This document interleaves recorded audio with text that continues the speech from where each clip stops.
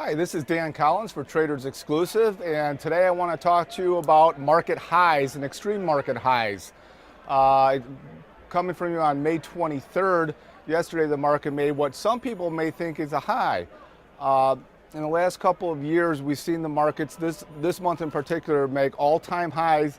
A lot of people are wary. A lot of people think the market is overpriced and that it's due for a huge correction, even a crash. Are they right? Perhaps, but the problem with markets is that even when they get toppy, they tend to have kind of blow-off tops, and usually it's marked by a lot of exuberance. So if you're wrong, if you think the market is high, you lose the best part. Back in the late 90s, Alan Greenspan made his irrational exuberance argument in 1996, and the largest part of that move happened after that. Was he right? Yes. Were there a lot of bears who were very wary of that bull market coming to an end? Yes, there were. Were they right? Yes, they were. If you followed their advice, did you lose a lot of money? Yes, you would have.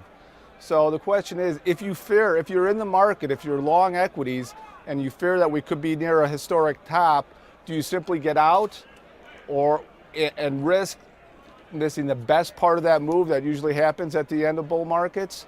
Or do you get yourself protection? One of the best things to do is to hedge your risk while maintaining your opportunity if the market continues to go higher for another month, 6 months, a year, 2 years, because it can happen. So what's also striking about today's market is the economy is not churning along. It's being buttressed by quantitative easing, and we don't know how long that'll end. But one thing you can do while you're maintaining your long exposure to the market is to buy deep out of the money puts. It's kind of a strange strategy. It's kind of like a home run approach, but when you use it to hedge, there's some strong benefits. One, volatility is so depressed. The VIX was trading around 12. Yesterday the market came down off its high and it rose to like 13 and change. That's still extremely low. That means that the options can be purchased at a very low price.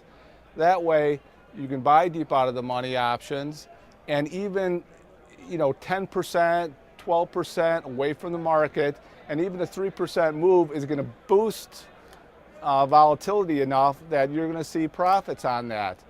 Called a friend this morning and he kind of showed me some prices on the Diamond ETF. The 140 puts were at 41 cents. That's $41 on 100 shares. 135s were 21 cents. The 130s were 12 cents. If you look at the spiders, 148, which is roughly 10% up away from the market, are 57 cents. 3% move down, those things are going to increase in value.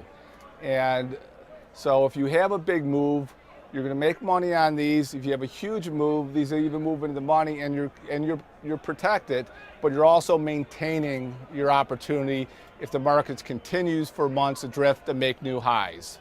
So you don't have to be the first one off the bus. If you fear that the market is turning, but you don't want to lose the opportunities, buy some out of the money options. That way you protect the downside and you can kind of smooth that transition and not lose the opportunity if the market continues to make highs. I had spoken to some folks. You can go to Dan Collins Report. That's my blog. There are some very knowledgeable technical guys that think we're really near a top. But some of these guys have been saying that for several months. So if you acted 6 months ago, you would have lost a lot of upside.